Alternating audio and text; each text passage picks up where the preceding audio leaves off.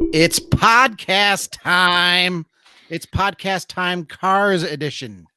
Welcome, everybody, friends, enemies, boys and girls around the world, especially the boys and girls that grew up to be men and women that still play with cars. This is the all-new Motor1.com podcast, rambling about cars. We are back. We changed the tires. We pulled into the pits. We got a new oil change. We're talking about car news. We're talking about car stuff, but we're doing it with a little more pizzazz, a lot more fun, all kinds of crazy, weird topics that, should have been discussed a long time ago. And if you want to get news, you can always go to Motor1.com. We have the auto news there. We're going to talk about some news here, but we're also, like I said, we're going to put some fun into it. And it starts today, 2021. Goodbye, 2020. I'm your co-host, Christopher Smith. I'm not the only Chris on this crazy train. No. I am Christopher Bruce, and to make things easy, he is Smith, I am Bruce. There's no reason to get two Chris's confused. Let's just make things easy. Welcome you all. Eventually, this is going to be so popular. It's going to be like Office Space. People are going to be like, "You've got a meeting with the Chris's?" Yeah, I've got a meeting with the Chris's. That's right. Welcome everyone back. Yeah, so we've been gone a little bit. Our last episode was March of 2020, and the Motor One podcast is now rambling about cars. And what does that mean? Well, it means that there's more personality here now. Here's something that a lot of people don't realize. Smith and I, we generally focus on automotive news. We'll do some features and lists and stuff like that, but we generally focus on news. And with that, we're trying to focus on the facts. We're trying to give you the information that you need in a concise way, plus, the background and stuff like that. And we'll sprinkle opinions in there, obviously, but we can't go on several paragraph diatribe about why this one part of the car bothers us. Or we can't talk about, why this is interesting from a historical point of view. It just doesn't work. But we can do that here. So that's what we're going to do here. We're going to still talk about car news, but if there's a cool car video, we're going to check that out. If there's somebody cool in the automotive world, maybe that's one of you, maybe it's someone in the industry, maybe it's someone with a cool car, we're going to include them. This is a much more loosey-goosey podcast. This isn't just pure dry news. This is two people with opinions and have opinions to share and want you to hear them. And we hope you want to hear them. So we are so not afraid to use them with some restraint, obviously, because we're adults. The last time I checked, I was an adult. Sometimes I don't act like it. I'll be forthright and say that right off the bat. But you know what? Sometimes we need a little bit of that. And yes, we're celebrating cars. Every aspect of cars. That includes listeners, that includes automakers, that includes the dude that lives down the street from me that loves his Volkswagen collection. He's got just some of the coolest bugs. He's got an old bus. We need to address people like that. We need to bring people like that into the limelight. But before we do that, Bruce, where can people listen to this crazy podcast? So right now, since this is our first episode, the answer is that's slightly complicated. If you're watching this, you are likely watching this on either Motor1.com or the Motor One YouTube page. If you are listening to this, you are hearing it on our Apple Podcasts, formerly iTunes, whatever you want to call it, feed. In the future, we will eventually be on Spotify. We just kind of have to work some stuff out. It exists, but we got to put stuff in the right places. So every episode, there will be a post on the Motor One's website, and you'll be able to find the video there, and you should be able to find the audio file there, and you'll probably be able to find a short-ish, a paragraph or two description as to what we talked about this week.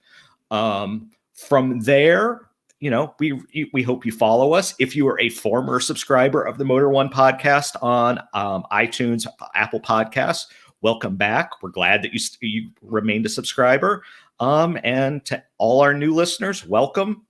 We love hearing from you. I'm going to reiterate this at the end, but I'll just go ahead and tell you now. We have an email account. It's podcast@motor1.com.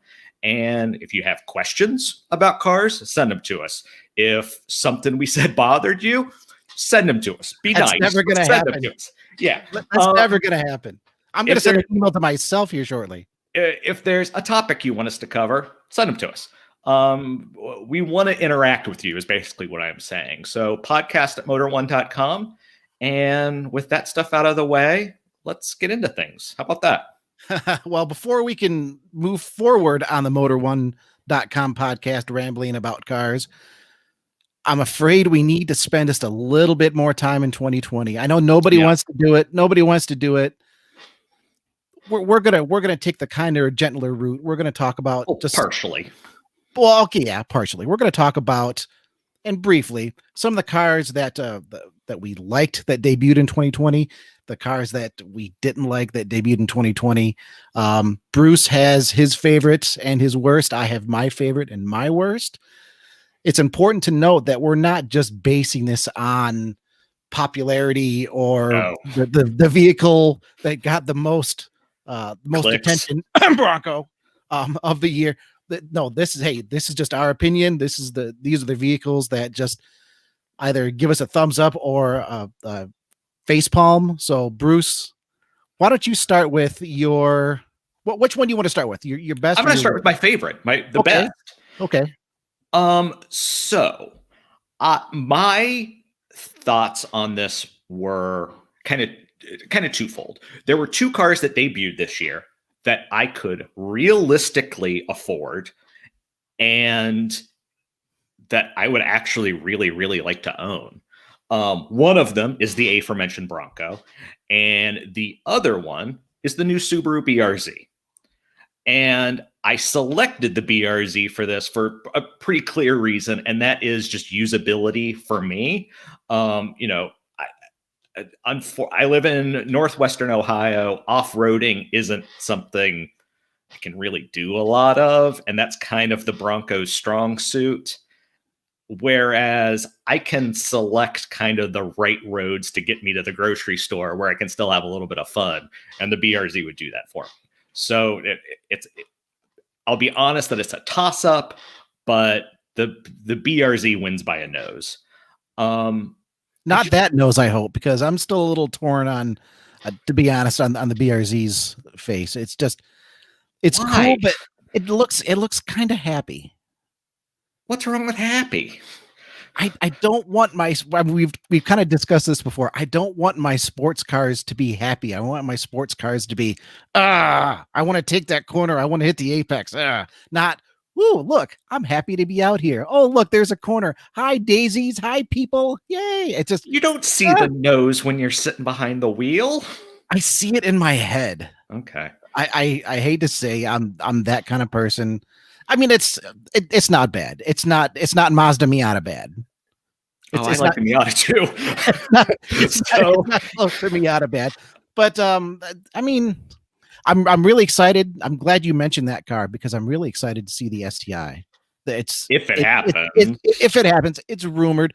I think it's going to happen. I think it's going to be a little bit more bitey. I think it's going to be a little bit more shouty. And on that car, that's kind of what I want, I like it, honestly. I kind of like the simplicity of it. I think it's a pretty car, but it's also, we don't know what it's going to cost yet. We're expecting very high 20s for a base cost, probably $29,995. To be clear, I don't know that's the actual number, but if I had to guess, it's going to be right around just shy of 30, which is affordable. If it's if you're a younger guy, it's, it offers a lot. I like it. Our colleague, Brett, he compared it to the Viper, which I still don't see. And I've looked at a lot of pictures, but I have to admit, he's the only one of us that has seen it in person. So maybe there's something Viper-y when you see it in person. I see it in the headlights a little bit and a little bit in the nose. But I mean, obviously the Viper's nose is like 3 times as long, but I mean, there's a little bit there. It's a happy Viper. I see a little bit more like Lexus RC in it for some reason, especially the back, but I don't know. I just really like this car. I like the fact that it's got a little bit bigger of an engine. It's a 2.4 liter now rather than the 2.0. So you're getting a little bit more horsepower. You're getting a little bit more torque. Somehow Subaru's engineers' weight is only up 17 pounds, which is probably what I put on during COVID. So if I go on a diet, I can make it weigh as much as a regular first gen BRZ. Yeah, I've done a little bit more than that. I have to start my new 2021 program like now. I have to admit, the one downside of this car to me is the interior. We've talked about this in our team's chat at work, and you're going to see it now. That infotainment screen, it's a little rough. Like it looks like it's 1997 and like you put a tiny Sony CRT in your car. But also I own a Sony CRT from like 99 in my game room, so I'm not necessarily against it. It just doesn't, just those harsh lines, they don't really match a lot of the other corners and stuff like that. But I mean, I bet it's a fun car to drive. Brett, who is experienced in these things, and like I said, is the only one of us who has actually driven this car, said so, or he was a passenger lap with Scott Speed. Mm-hmm. But it sounds like it's pretty good. I just like it, and like I said, the Bronco and this are the two cars that debuted in 2020 that I could see myself owning. And I only go BRZ because I think I could have a little bit more fun with it, given where I live and the conditions I live in and things like that. I'm pretty sure I could find you some off-road places in Ohio. I have some connections. Oh, of course there are. I know some peeps. Northwestern Ohio is a very, very flat place. So unless I'm going through a cornfield or a soybean field, that my options are pretty limited. Well, you could always just dig the pit and go mud bogging. I mean, that's the thing that you could always do. And I got to be honest, I'm not an off-roader. Okay, I'm generally not interested in trucks. I'm generally not interested in SUVs, but I also like the Bronco. Yeah, it's hard not to. I think it looks great. I think Ford did a good job pricing it. Yes, you can get at the kind of low mid levels. The higher ones get a little obscene, and hey, if you want that, that's fine. They offer something on that higher end for it, but they make up for it on the lower end. And just kind of browsing around a lot of the Bronco forums, a lot of people are looking at the Bronco base because it is within reach of a lot of people, and it still gives off-roaders everything that they want. But I'm not here to talk about the Bronco. Well, wait, before you transition to your best, and what do you think I'm crazy about the BRZ for liking it, the new one? Oh, absolutely not. Absolutely not. It's not an ugly car by any means. My personal preference is I don't really like my cars to be that happy. And it just ignore the happiness. A lot of the design. Drive it. I imagine, I haven't had a chance to drive it. Obviously, I imagine it would be a wonderful car to drive. The current BRZ is just a riot to drive. I see no reason why this would be any different. Other than the same platform, it's gonna have a little bit more power. Yeah, and a couple extra pounds. Like it still doesn't have a turbo. Maybe if the STI happens, it will, since they're using that 2.4 liter and they have the 2.4 liter in the Ascent and the Legacy and the Outback. I'm not an engineer. I don't know if you can make it fit, but it at least seems, the packaging is there. But even the naturally aspirated one, I think could be fun. So I've said my piece. I think it's time for you to tell me your favorite car of the year. Well, I did mention the Bronco just because it's a very unsmith choice. I'm not big on off-roading, but I dig what they did with the Bronco. I dig that you can get a base model that still has all the cool off-road features. But I'm not wanting to talk about the Bronco here. I am wanting to talk about the Genesis G80. So look tell me why. Just look at it right there on the screen. I mean, for those that aren't watching on YouTube, the Genesis G80, obviously, it has design cues from the GV80 SUV, and I'm not a big SUV guy. And kind of the entire Genesis lineup. They're adopting those kind of stacked, slit headlights. It's such a unique look. This day and age, especially with SUVs, it's so hard to really stand out without doing something stupid like a big grill. And here's another very unsmith-like choice. The G80 has a very large crest grill. Actually, it's the part of the car that I like the least, I'll be honest. I could see that grill being a little bit smaller and this car just looking outstanding. But even as it is, it's such a striking look for a vehicle. And it looks great inside too. It has a very minimalistic interior. I'm really liking the minimalistic look that you get with the Genesis products these days. Really, aside from that grill, there's nothing I would change about this car from the back to the front. Just their dual slit design is so distinctive. It even has me saying if I was going to get an SUV, the GV80 would probably be it. Just because it has such a dramatic styling. And I mean power wise, it also has the what is it? It's the 3.5 liter V6 twin turbocharged 375 horsepower, I think. It's not a sports sedan, but it's going to have enough power to satisfy. Sure. It's a luxury sedan. And if I want to go have some fun, I can just buy something cheap and sporty and go have some fun with that. I see myself driving that GV or the G80 just all over the place with enough power to satisfy, a comfortable ride, but still is aggressive enough to where if I want to have a little bit of fun on some back roads, I can. I think our colleague, senior editor Jeff Perez, drove it, and he and I don't agree on a lot of things. Jeff has a very unique taste. He is smarter than most people realize when it comes to cars, and he has a very, very keen eye for what's good and what's bad about a vehicle. He loves the GM. Jeff likes some big wheels.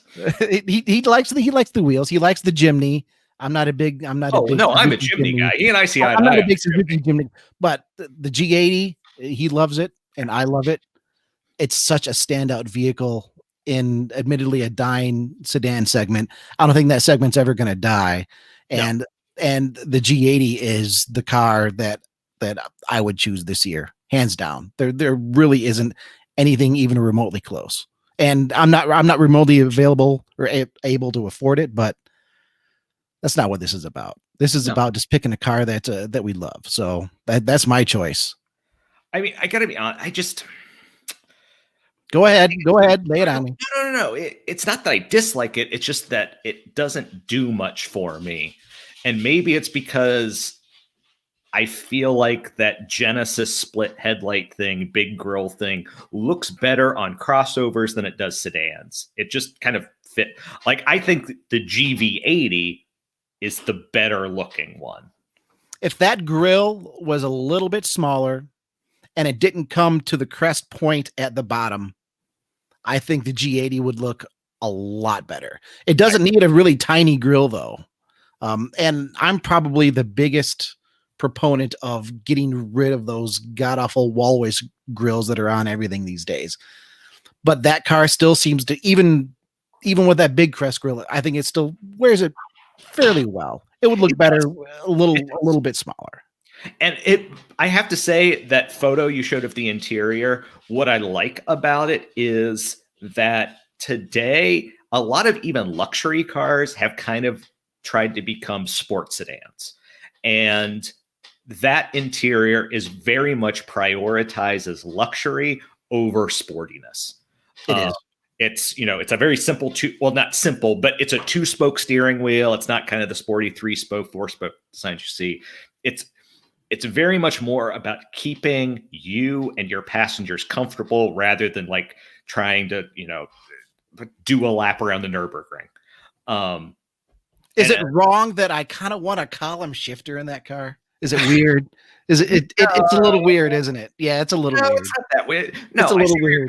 It's, but I like that though. I like that about it, that, most people, the vast majority of people, are never going to take their car to the track or are never going to push their car that hard. So you're way better off. And I don't understand why more automakers don't do this. Build a car that's comfortable on the highway, that prioritizes that over lap times or, things like that. Just make something big and comfortable. And that's what I like about the G80. Like, for whatever reason, Genesis is... This is going to sound like a backhanded compliment in the modern world, and I don't mean it to be. Genesis is Buick in the 1960s. Interesting. That's an interesting take. I like where you're going with that, because Buick in the 1960s, they had the kind of that luxury thing, but then, I mean, you could get like a, it's not a Cadillac, like a 455 in something and just, and just roast the tires for like a 3/4 of a mile, I guess the way I mean that is that it's a luxury car with a little bit of sporting pretensions, but doesn't forget about the comfort of the people inside of it. And I think, and maybe this is an interesting take on just the state of sedans these days.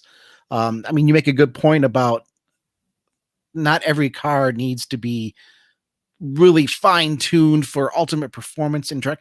And we're seeing that, we're seeing the opposite of that with SUVs now. The SUV is what the sedan was maybe 20 years ago. Yeah. And the sedan now is more considered of, okay, well, this is your harder core sports car with 4 doors.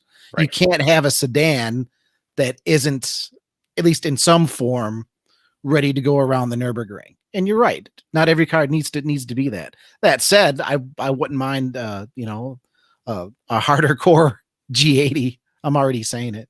But why? Why though? Why not just outfit one with all of the luxury stuff? Just because too much is never enough. It doesn't make sense. That's why we are who we are. That's why we love cars. It doesn't always make sense. I don't make sense. I'm not making sense right now. I want a harder core G80, even though I'm already in love with the G80 as it is. But what if harder core means more comfortable? Yeah. Yeah, like that can be more, more in any kind of direction, any quadrant can be better in a certain way. So I bring this up because our boss, John Neff, he is eyeing Lincoln Continental Coach editions, which are the coach doors, because he knows they're going to get cheap eventually, and they're going to be cool eventually. Like, they will. There's so few of them. They made so few of them. It's just, it's kind of cool. And he's not wrong. So, yeah. No, he's not wrong. They will be pretty cool. I think they're cool right now. But I've always been a sedan guy. I can't afford them right now. When I can afford them, they'll be a whole lot more cool. Well, but I mean, this raises a question. Will they drop in value that much? Because there are so few of them. I mean, every car has a depreciation curve. Like where the trough is, it's going to vary. But it's also the fact that the Lincoln brand is in kind of a weird spot. I think that only people who know, like us, are going to seek them out for a certain period of time. There's going to be a point where they're at the very kind of, not the bottom of the trough, but as they're going down where no one's going to realize, and that's going to be the point to snap them up. And then they're going to go back up because, like you said, they're so rare that, yeah. But here's the thing. We're so used to Lincoln Town cars, right? Mm-hmm. Where, okay, a Lincoln Town car was I think like 50 or 55 grand at one point at its peak. And you can go buy one now for like, $2 grand. Yeah. We're so used to seeing Lincolns do that, but here's a car that, yes, it'll have some depreciation, but I don't think it's going to drop nearly as much as people think it will. I think it's going to stay up there because so few are made, because it has such distinctive styling from Lincoln's past. And I think that depreciation is going to be actually rather shallow. Okay. You know what? They're what? 3 years old now? Was that right? We'll wait and see. Something like that. Yeah. This is a situation I'm very happy to watch and see where they are. Because if they get cheap enough, I'll buy one. I know, right? Yeah. Anyway, so tell me what you won't buy, though. How's that? Yeah. Tell me what you won't buy. So here, compact crossovers are a huge thing right now. Can you fight me on that? Like, that's kind of the hot segment. They are everywhere. Yeah. And so this year, Volkswagen introduced the one that it's going to bring into the US, namely the Taos. Am I saying that right? Taos, New Mexico. Isn't that the correct pronunciation? It doesn't matter because I don't like it either. Taos.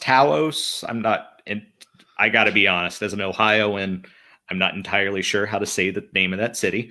And it's going to be Volkswagen's entry into that segment. And it bores me to tears. I don't even see a vehicle in this photo you have up there. I see a field, and there's something that looks very generic in the middle. And it kind of depresses me because since Volkswagen's not bringing the Golf into the country or into the United States, this is in a way the de facto replacement for the Golf. And this thing's just boring. Like, I know we were supposed to select our worst debut. And to me, the worst debut is a car that I kind of sort of forgot about, and a car that just does nothing for me. Like, it's probably going to be fine, but it's like they didn't, not that they didn't try, but that they tried to emulate the Tiguan so much that they didn't try to give this model any personality of its own. It looks like a compliance piece to me. I mean, I think that's the best way to describe it. They needed something in that genre, so they needed something in that segment, and they're like, well, here we go. And honestly, in that photo, it looks like a previous gen Honda CR-V to me. Yeah, I mean, I can certainly see that. Maybe a little bit of like Jeep Compass too. It looks like everything and nothing. Yeah. And you know what? It's not necessarily all Volkswagen's fault, because there are so many vehicles in this segment right now. It's exceedingly difficult to try to figure out a way to stand out. Now, Volkswagen, I mean, they've always been rather understated in styling. Of course. And so I mean, that's understated, and then there's generic, right. And I would agree with you. Well, I'm assuming you're saying that this falls on the generic side. I do. I think that this is just, it's generic. Like, if you saw this riding down the road, like, I can't see anyone having any passion for this design. And the thing is with Volkswagen in the US, that they're they border on a niche brand, that it's affordable, but a Honda, a Toyota, a Ford, like, there are a lot of brands that I could end up spending less on that might give me more. And so I don't know why I would pick this over any of those. I think Volkswagen enthusiasts or people loyal to Volkswagen will buy it. But I struggle to understand how they would attract a new buyer with that. Yeah. I mean, like, if someone were, like I'm saying, it's not a bad car. It's just a boring car. Like, I just don't know. I don't know why I would select this over the other compact crossovers on the market. And there are so many to choose from. Well, like I said, I see this appealing to people that are already in the Volkswagen family. I don't see anybody else picking it up. I agree 120,000% that Volkswagen, you can do better. This isn't bad, but it's not bad at all. You can do better. It's just generic. Like it just doesn't evoke any feelings in me. So that's where I am. So yeah, I want to know what your worst of the year is, because I already know, and I kind of disagree with you.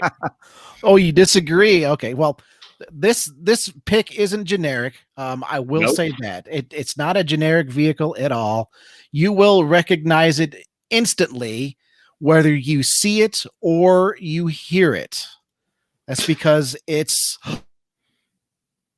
a Jeep Wrangler. There it is. Oh my God. This is, well, no, you have to be specific, because some people could be listening to this. It is not a Jeep Wrangler. It is a Jeep Wrangler. It's Rubicon 392. I said it had a Hemi V8. There you go. It's the 2021 Jeep Wrangler Rubicon 392. Former Motor1.com executive editor Seth Mearsma said it better than anybody else in the entire world, and I'm going to steal his tweet yet again. OMG. Well, I'm going to paraphrase because I don't think this was exactly right. OMG, this is exactly what I wanted from Jeep to get me to buy a Wrangler that'll do 0 to 60 in like 5 seconds. Said nobody ever. This made my pick as the worst, not because it's ugly. I mean, it looks cool. It's got a V8. It's cool. It might cost like almost $80,000, which is another story for another time. That's an unconfirmed report. It was I think about a week or two ago. 78 something, as I recall. Somebody claimed that an order guide or an order form had leaked showing a price of like $77,000. We have no idea if that's a fully optioned model, if that's like a first edition, a special model, something like that. To be fair, it sounds vaguely accurate. Like I would believe. Oh, I would totally. There's nothing about that number that I think, oh no, that's out of the realm of possibility. I would totally believe it, just because, Hemi, and to FCA's credit, especially with Dodge, they've certainly made a lot of money on Hemi and just selling that to the people. Demon and Red Eye, all the things. The Wrangler Rubicon 392, it's on my list because it's a vehicle that exists for all the wrong reasons. Does it though? Yes, yes. I don't agree. Who is asking for a Hemi powered Jeep Wrangler? Yes, there are some aftermarket companies that'll do V8 swaps, but the vast majority of Wrangler people, they're interested in off-roading. They're not interested in going into drag mode and launch mode and taking the Wrangler to the drag strip and running it down the drag strip. They're not interested in getting to 60 miles an hour in 5 seconds. They're interested in crawling over rocks and getting down trails. And in fact, when you get into the Jeep crowd, into the Wrangler crowd, there's even a sect that it just completely hates the 4-door Wrangler, because when you drive a 2-door Wrangler with a shorter wheelbase versus the 4-door Wrangler, you realize the 4-door Wrangler is kind of a poser mobile. And there starts the first of the chain of emails coming to podcast@motor1.com. Smith, how can you say a Wrangler is a poser mobile? The 4-door kind of is. They're selling that to the people that aren't really going to go off-road that much, even though it can. But wait, I gotta stop you a second. Okay. Is a 4-door Bronco a poser mobile? That's a good question. I'm sorry to get from my head. I mean, Ford has launched it has a 2-door and a 4-door. So, I mean, the Wrangler back in the old days, back when we're still talking about, really, it was always just a little 2-door thing that was designed to run through, the forest, woods, places where there weren't even any trails. Then again, the Bronco was kind of that way too. So, is a 4-door Bronco a poser mobile? Well, we'll have to see. You're saying stay tuned to find out. Well, we'll have to stay tuned to find out. Okay. But the reason the Wrangler 392 is here is because Jeep brought this to market simply because of the Bronco. of what you were talking about. It's nothing more than a desperate response to all of this hype and all of this excitement that Ford has over the Bronco. Correct me. Did they debut on the same day or a day apart? It's close. It was right there. The 392. The concept. I'm sorry. The concept. Yeah. You're right. Jeep debuted their concept 392 same day as the Bronco. It was the same day. Okay. So right then it's like, oh boy, okay. Jeep is clearly and rightfully scared as hell right now because of all of this hype about the Bronco. And when you see that there are I think 190,000 reservations that were in for the Bronco, of course that's reservations. That's not necessarily doesn't necessarily mean sales, because people can still back out of those. But from everything that we've seen on our side, I mean, the Bronco debuted months ago. We're still talking about it probably 2 or 3 times a week. And people still love it. And people still love it. Folks, the reason you might have Bronco fatigue, we kind of have Bronco fatigue too. The reason we're still talking about it 2 or 3 times a week is because people want to read about it. We wouldn't be writing this stuff. We wouldn't be covering this stuff if our traffic, if our stats wasn't telling us, hey, people are really interested in this. So that is still on the minds of a lot of people.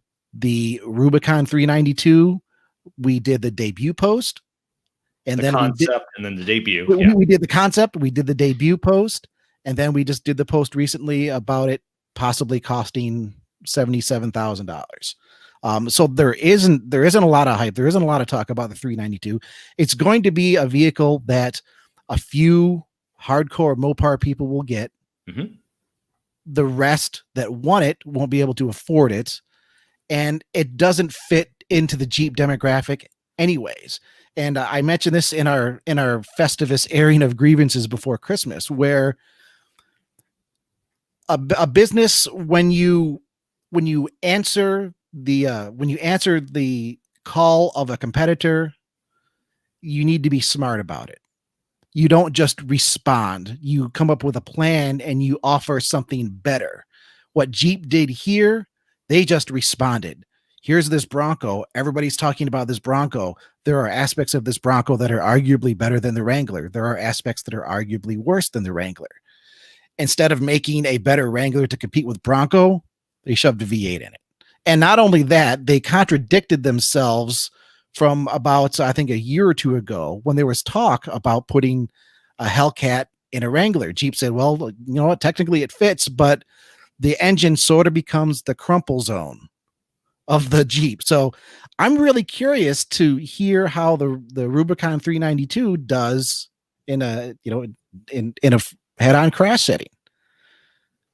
So it's just, it's very sad. It's very disappointing. It's a very clear and obvious desperate attempt on, from my point of view, and I think the point of view of a lot of people, on Jeep to just try to do anything that they can to slow down some of this Bronco excitement.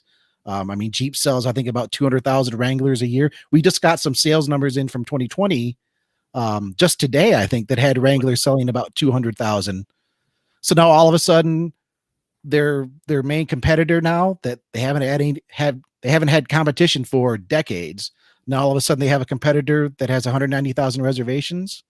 If I was Jeep, I'd be worried too, but I wouldn't be responding with a crazy Wrangler that very few people are going to buy. I'd be responding with something better than the Bronco. That's why it's on my list. I'm going to play devil's advocate just a second. And I want it to be known, I agree with a lot of what you said. In general, I agree with what you said. A V8 Wrangler is still really cool. Like just from a pure, like, I like cars point of view, shoving a V8 into a Wrangler just is kind of cool. Also, it should be noted, I live near Toledo and I visited the Toledo factory. And so maybe I have a little bit of bias towards Jeep. I also learned to drive manual on a Wrangler, but you're not wrong, but I can see why the folks at Jeep, when all of this Bronco stuff was coming out, that they decided what's something relatively low effort we can do. Not to say that there was no engineering in this or anything like that, but obviously that V8 existed on the shelf. The Wrangler existed. Hey, you figure out how to put this into this. Okay. Is it really low effort though? I mean, what all had to go into that Wrangler? I mean, if I'm going by what they said like a year and a half ago, when they said, from a point of view of crashing and crash standards, and putting a unit is very tight. So okay, and I put some feelers out, and I never really got an answer from Jeep. So anybody from Jeep, if you're listening, I would very much like to know what's different on the 392. When it comes to head-on crashes, what's done differently up there? I guess my point is, I feel like this is just the start. That Jeep clearly has its hackles up and knows that the Wrangler really, really for sure has competition this time. Like there was the FJ Cruiser. Yeah. Has there been anything else? No. Yeah. I mean, Jeep's kind of had this, this small off-roading segment to itself for a long time. I mean, yeah. I mean, you could argue, back in the day with like the Suzuki Samurais and things like that. But even those, maybe like the first gen Wrangler and Trailblazer and stuff, or I'm sorry, the first gen Bronco and Trailblazer and stuff like that. Mm-hmm. But it's been a while, and my feeling on this is that Jeep knows they have competition now, and they're going to come up with something really good because they know that they have to, and that this is just the beginning. And, I have to agree with a lot of your points, but, with what they had, they needed to maximize the news cycle as much as they could. And this is what is the result. But I mean, did they have to try to dominate the news cycle? They could have just wrote it out. I mean, Bronco was going to be everywhere no matter what anybody did. I think it could be easily said that trying to step in and steal some of their thunder just comes across as just a ridiculous desperation move. Because I mean, that's what I first thought when they debuted the concept the same day as the Bronco. It's just like, wow, well, that's convenient. And we all felt that way. Yeah. And now here they are with a production version that very few people will buy. I mean, you could argue that, hey, it's a halo vehicle for Jeep. It'll bring more people into dealerships to buy, less expensive Wranglers. I guess the question is, were those people going to come in anyways? And like I said, I very much largely agree with your point. I just wanted to play devil's advocate enough to say, this is probably how Jeep is looking at things. So, don't misinterpret this, anyone that's listening, that I'm saying, but I have to be contrary, just, why not? Send those emails to podcast@motor1.com. That's right. That's the email. I know you have opinions on this. You can join Team Smith. You can join Team Bruce. You can join Team Jeep. My team is the one that wins. But email us, let us know your thoughts on this. And of course, you can catch us on our YouTube channel. You can catch us on Apple Podcasts. We're going to be working on Spotify. Yep. Let's move on to a new segment. Absolutely. I want to thank everyone who's listening right now, because we're getting started again. I want to thank everyone who's watching on YouTube, who can see the images that we're putting up. I want to thank everyone who's listening on Spotify or iTunes or what have you. I believe we'll be on other services at some point, but it'll definitely be Spotify and iTunes at first. I thank everyone that's here, but it's time to move into a different segment. And that is an interesting one. And I will let Mr. Smith introduce it. It's one thing that we're going to do on this show is have some semi-recurring segments. Yeah, every once in a while, certainly. Today we're going to call this one, "What the hell were they thinking?" And we're looking at you, BMW, and we're going to try to not be too extreme. And I can imagine. I want to put this out there. I I owned an E30 BMW 325, which was the very, very base model. It had the 2.7 liter inline six, the E engine, if anyone's familiar with it. I drove it through college. So I am not a BMW hater by any stretch, but we need to talk BMW. We need to have a discussion and we sit down. It's time. We do. And I'm not a BMW hater either. I've never owned one. I almost bought an E24 several years ago that I was kind of in love with. I'm still in love with the E24s. I love the E46. That's a nice one. I mean, yeah, I'm definitely not a hater. Actually, I learned to drive a manual transmission on a brand new E36. It wasn't an M3. It was I think a 328. I worked 323. I worked at a BMW dealership, and they were like, "You can drive a stick, right?" And I was just, I'm a kid. I'm like, "Well, yeah, sure. Of course I can." Yeah. I remember goofing around with my brother's Ford Escort, way back in the day that had a manual when it was sitting in the garage with no engine in it. So how hard can it be?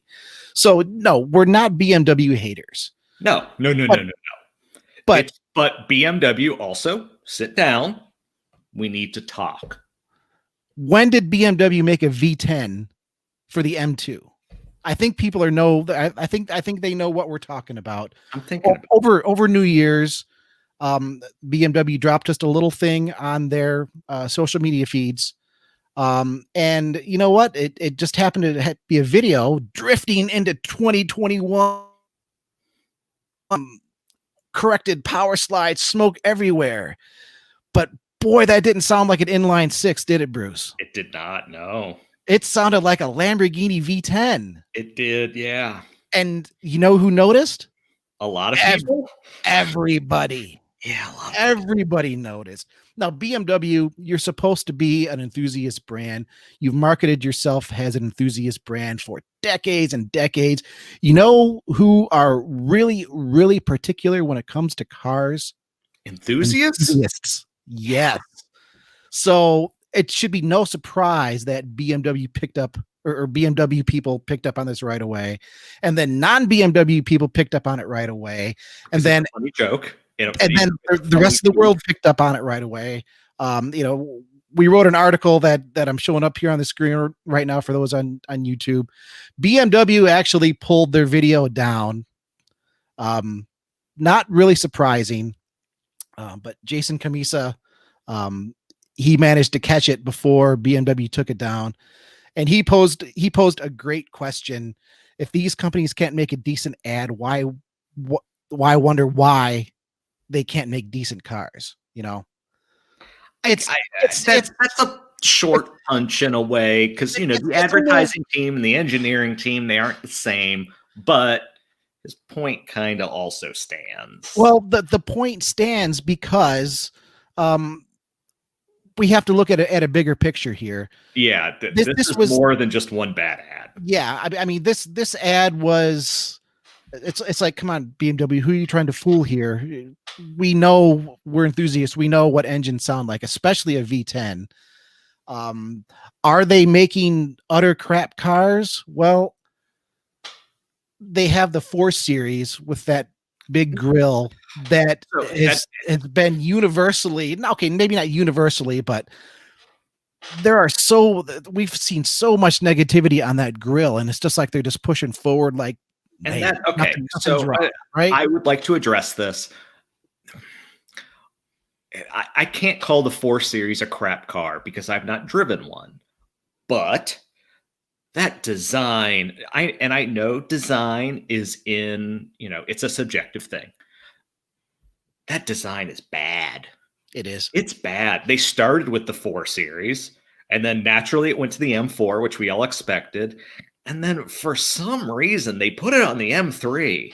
I don't understand the M3 because at one point, I mean, did BMW? I can't remember. I would have to go back and try to find the specific article, but I seem to recall at one point BMW saying this is going to be a design cue that sticks with the 4 Series. And I almost want to say they said it was almost like an experiment with the 4 Series. Like, we're going to do it with the 4 Series. We're going to see how people react. We'll go from there.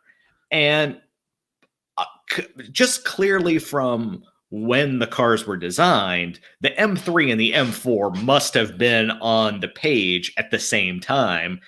And so it seems like that PR message didn't match the actual design message, and we ended up with an M3 with an M4 nose. And it's the ugliest M3 in ages. I think it's the ugliest M3 period. And there's some to go back earlier, what you were saying, Bruce, about the BRZ but who cares how happy it looks? You're driving behind the wheel.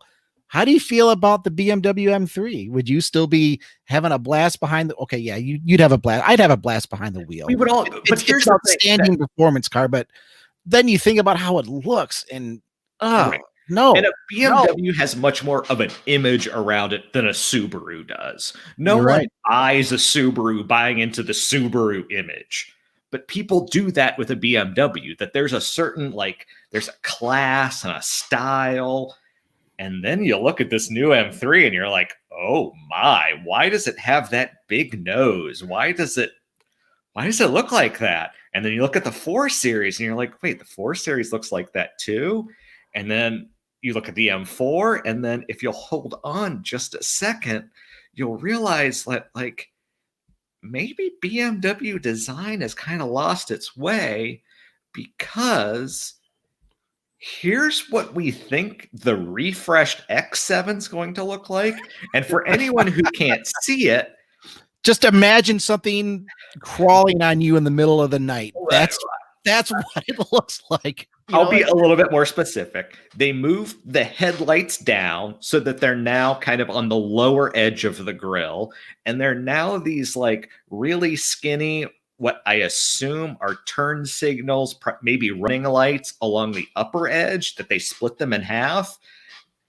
And it looks like an insect because of the way that the kidney grills are. It looks like a fly almost. You could see the 2 little sets of wings. And I don't know who thought that was a good idea. I that doesn't bother me as much as the grill. Well, and to be fair, it's not just the grill on the 4 Series and the M4 and the M3. BMW made those cars just extremely busy from a design point. Sure. Too much in my opinion. It's way over designed up front. The big grill obviously gets the attention. But these weird split headlights aren't over designed to you? Because that reeks of kind of splitting things up for no real reason to me. I don't know that it's over designed. The proportions aren't right. The proportions are completely off. If we go back to the G80 and the GV80, I mean, you kind of have the split design right there with the lights. Well, that's because they match. They're in proportion. Yeah. You have basically 2 separate tiers of lights here that don't really have any sort of relation to each other. And you need that relation. Right. Just super quick. The big grill thing is not, we can't even say it's functional, because we're seeing it on the iX, which is a purely electric vehicle, and it still has the massive grill. Yep. And it's definitely a design direction. And to be honest, BMWs in the distant past had these big, long, tall grills. The smaller grills that we got used to through the 80s and the 90s, and to some degree still in the 2000s. I mean, that's certainly its own era of BMW design. I feel like BMW is trying to take themselves in a new direction, which is fine. But when you start hearing and reading all of the negative feedback that this design direction is taking, there has to come a point where you ask, okay, automaker, are you actually listening to the people that are interested in your brand? Mm-hmm. Are you listening to the people that want to buy your car? Or are you listening to a small focus group that hopefully you didn't pay a lot of money for because they're completely freaking wrong? Right. I mean, that's how it ties into the video that they posted over New Year's of the M2 with the V10 soundtrack put over top of it. I'm sure it was outsourced to some marketing company, and maybe they didn't realize exactly what they were doing. But then again, there must have been somebody at BMW that signed off on that. Sure. Now, would BMW even 10 years ago had done a video like that, Bruce? Do you think that would have gone out with an obvious engine overlay? I have to assume not. It's not something that I know that they've done in the past. It just kind of reeks of, not necessarily, it reeks of inattention. Inattention and not being attentive of you and your brand, of what you're putting out into the world. And not authentic. It's right. almost like, well, we don't really care what you people think. Yeah. We're BMW. Okay, you need to care what we think. And that's a dangerous place to go. Sure. But it doesn't just stop there. It doesn't just stop with we've got with the video talk about you, BMW. We've got a little bit more BMW. I hope you're sitting down. Some of the decisions they're making when it comes to subscriptions, making people pay extra for items that you wouldn't pay extra elsewhere. I think there's the heated seat issue that came up recently. Well, Apple CarPlay was kind of the first one. That was where it started. Yep. Well, that's kind of where it started, is that there was, after a certain period of time, it was either 2 years or 3 years. I'm sorry, I don't have the information right in front of me. You had to pay a subscription to retain Apple CarPlay functionality. Mm-hmm. And that wouldn't be so bad, except that no other automaker really had that.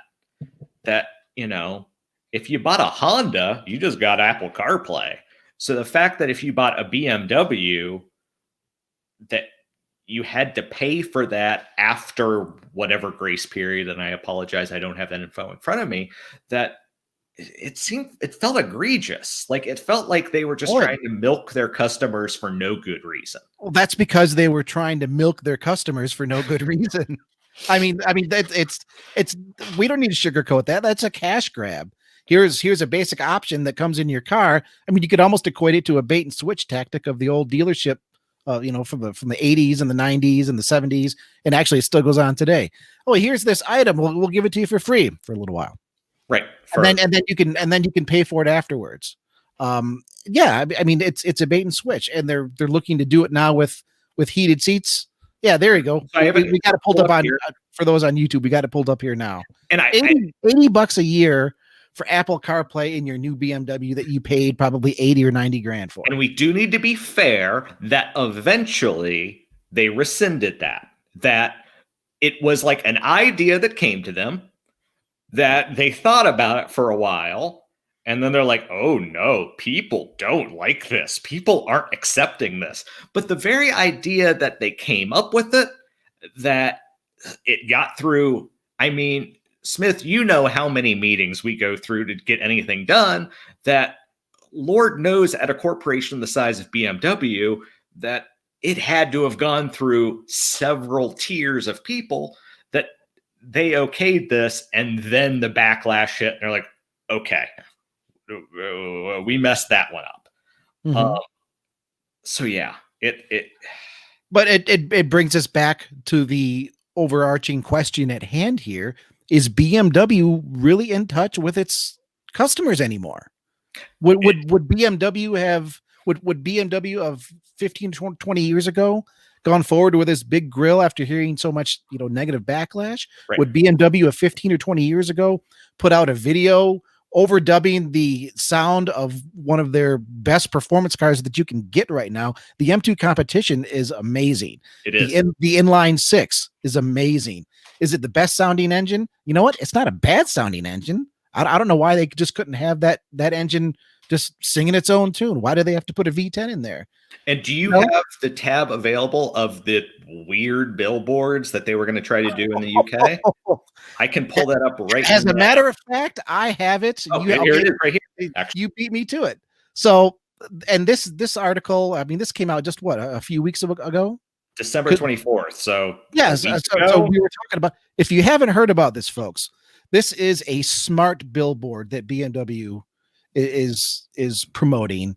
Well, and proposed. So we, again, much like the subscription plan, they proposed it. It looked like they were going to implement it, and then some things happened and they switched things around. Well, I thought it was still going forward, but it was misunderstood. Let's kind of boil this down. Sure.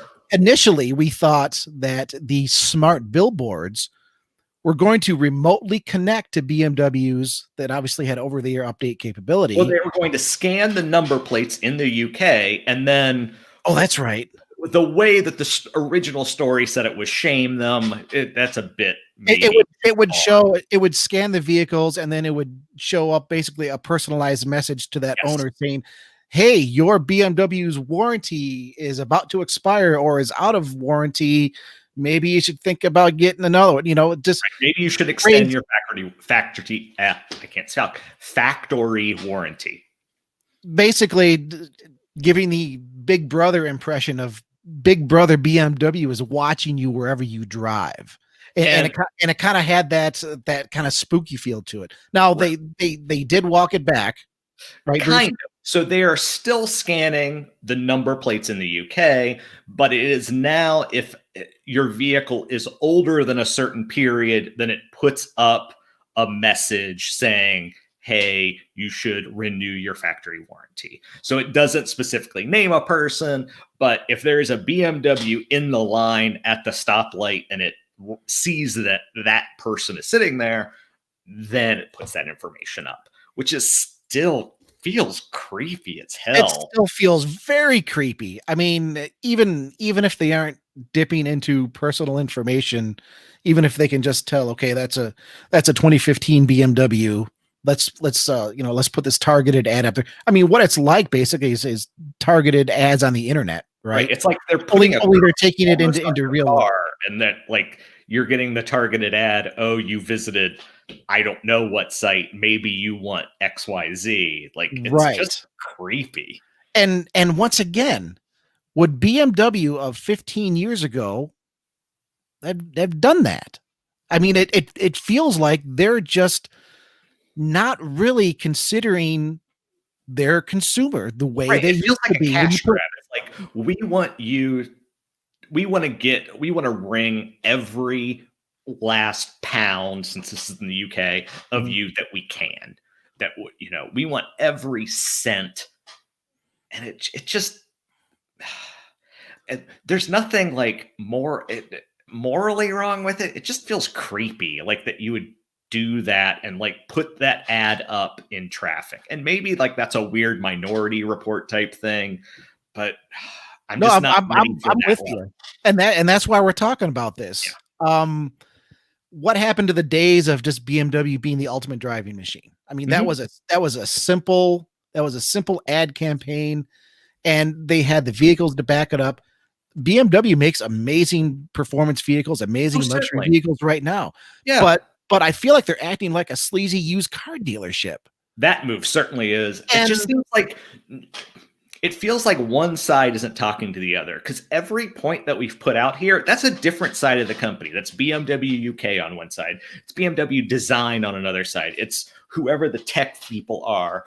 But all of those things together, it just paints the portrait of a company that doesn't quite see a concerted way forward, that they don't know where they're going, and everyone is kind of flailing to get their own little bit of the pie while they can.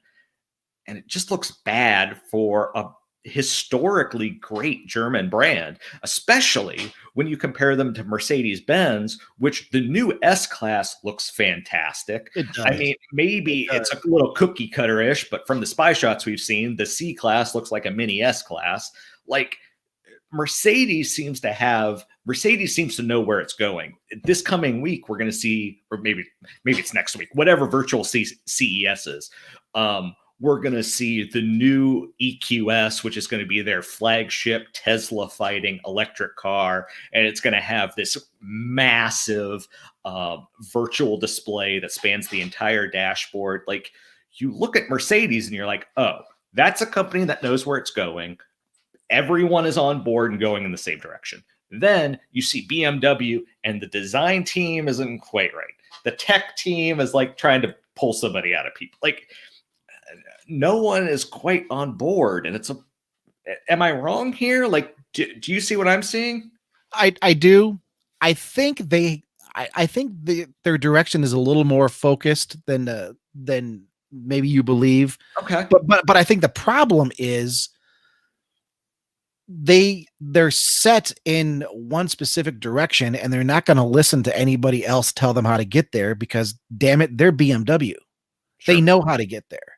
And no company, no business gets to where they need to go just by making the decisions that they think they have to make. They need to listen to their audience. They need to listen to the people that are buying their vehicles. And they need to stop acting as like cheap used car salesmen. That's what strikes me more than anything in this. They're trying to get a cash grab anywhere they can, which, hey, businesses, you need to make profit. That's fine. So maybe they're dipping a toe into some of these subscription services. And you know what? I hate to say that Cadillac has followed suit a little bit with their Super Cruise. Well, and that's going to go throughout GM soon. That we're going to see that the GMC and the Chevy. Go throughout GM. Yep. And you know what? I mean, I don't want to draw on any stereotypes. I wonder if some manufacturers maybe are a little more prone to it than others. I wouldn't expect this from BMW. You kind of said this earlier. I wouldn't expect BMW, a brand with the history that it has, to go for the cheap cash grabs. You know, I wouldn't expect BMW to make a Cadillac Cimarron, I guess is what I'm saying. Okay. They wouldn't make a Cadillac Cimarron. But now I'm starting to wonder if they're thinking about it. And BMW doesn't feel like BMW. Okay. BMW feels like an alter world copy that Skynet made because it has this overarching plan of global domination. And they're just going to kind of shove this down the people's throats until one day they wake up and their cars kill them. I don't know. Maybe I went to a dark place there. Yeah. I have been binge watching Westworld for a while. I think I could put that same point a slightly different way, please any business has to balance profits versus customer satisfaction. And so in our industry, you could run a website with absolutely zero ads with the greatest content in the world and make zero money. And on the opposite of that, you could charge $2,000 a year and copy the content from everybody else and not do anything. And there's a balance there. And it feels like right now, BMW is very much more in a place where it wants to extract profits over customer value. And it hasn't felt that way in the past. That there has been, I'm thinking the E46, E36, E39 BMWs, where those were certainly luxury products. No one can doubt that. But that they gave a certain value for money when you bought them. Mm-hmm. You know, you spent a premium and you got a premium. Whereas right now, it feels like you spend that premium and they want a little bit more going. Yeah, it's like you spend the premium and you get the premium for a little while, and then you get that for 3 years, and then by the way, why don't you pay us again for what you already bought? Yeah. Then when we catch you, going down the highway, we're going to see you and remind you that you need to buy our extended warranty. And I mean, it's like, where does it go from there?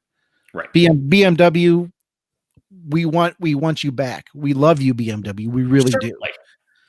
But what you're doing right now, when you say, we don't mind that aftermarket companies are offering new front fascias for our cars. Do you have that link to share real quick? Or I don't have that in front of me, but it's like, mind. You should mind. Why wouldn't you be upset that companies are making different front fascias to put on your cars because people want them. I mean, that's another example of here it comes. BMW, what are you doing? You know?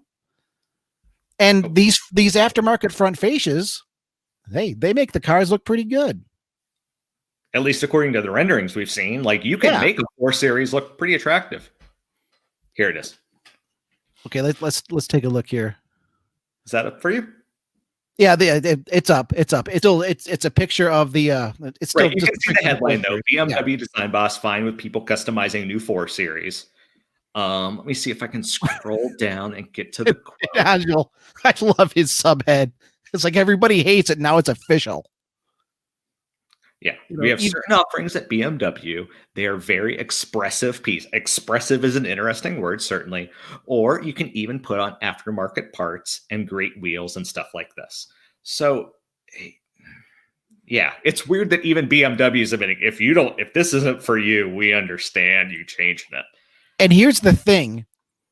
A front fascia like this isn't that hard to change. No. And BMW had ample warning that, you know what, maybe people weren't going to be too hot on this big grille design. Yeah, because they showed it on concepts and people are like, no, this isn't great. Nope. And we saw what Chevrolet did with the Camaro. Yeah, the next year they refreshed it like a word. Yeah, just a simple refresh. Now, I didn't think the Camaro redesign looked that bad. I didn't either, actually. I think their update looks better. But we know manufacturers can do that. Yeah. So with all the negative feedback, hey, you know what? They've got the 4 Series already in the bank. Okay, let's go with this for a while. Maybe it'll grow on people. But then, okay, now here it comes for the M3. The 3 Series didn't have that grille to start with. There's no reason the M3 needed that design. Absolutely not. Now we're seeing it on the other electric vehicles that don't even need a grille. So yeah, it all comes together to paint a concerning picture of BMW. What's wrong? Where are you going? What are you thinking? So I think we hit that point pretty hard. And again, I don't want this to sound like we hate BMWs. There's a guy up my street that has an E39. Is that the late 90s 5 Series? Yes. The E39. Yep. He has one of those. And if it ever goes up for sale, I might end up buying it. Like, I do have a real love for BMWs, especially the inline 6 models, because I feel like BMW made inline 6s practically like no one else. Like, you could put them against anyone in the world. And we're saying this because we want that BMW back. Exactly. You can still have that BMW today, even with electric power. You can still have that involvement. You can still have BMW personality. Absolutely. We're hoping BMW changes some course here. Exactly. And I think with all the evidence we have here, there's evidence to say, okay, maybe there's something a little bit more going on here. What do you think, folks? Email us at podcast@motor1.com. Are we crazy? Are we talking about conspiracy theories here? Yeah. Are we out of touch? Like, it's possible. Like, Smith and I have covered the auto industry or worked in the auto industry between us for decades. And so maybe we don't know what the average person wants anymore. I don't feel that way. Maybe I'm wrong, but like, maybe we're way off. And if we are, go ahead and tell us. I don't think so. I think we got this pretty well covered. But email podcast@motor1.com. Yeah. You can catch us on YouTube. You can catch us on Apple. We're coming to Spotify soon. Yes. So that's the thing. You will definitely see us on YouTube and Apple Podcasts at first. I need to talk to some people about getting our Spotify working again. If there are any other services like especially podcast services like your Spotify, your podcast, whatever, let me know. Send it to podcast@motor1.com and we'll try to get on there. But yeah, so if you're watching this, you are probably watching it on the post that we put up on motor1.com. So I thank you for watching it. If you're listening to it, I suspect you're still a subscriber on Apple iTunes or Apple Podcasts. Again, to me, they're still the same thing. So thank you for listening. Thank you for watching. And I hope you come back. And again, don't be afraid to contact us. We want your feedback. We want your questions. If there's a car you're thinking about buying, whether it's a new car or an old car, let us know. If there's a question you have, if there's a advice you want, if there's an opinion you have, just let us know, because we want to have fun here and we want to give our opinions. The other thing that I want to address is that we do plan on having a third person on this podcast from time to time, whether that's a member of Motor One, whether it's one of you, whether it's someone who has a particularly cool car. So, if you've got a cool car that you want to talk about, and, maybe I can't make any promises, but shoot it out to us and maybe you'll be a guest. So here's a secret that I know all of the commenters on the articles might find extraordinary. Bruce and I are car people. Yeah. Can you imagine that? We're car people and we write about cars. We love to chat about cars. We love to ramble about cars. We'll ramble with executives at Ford or GM or Audi or Porsche or your buddy that has that cool Unimog that he imported. Or you listening right now. So come join us on this crazy ride.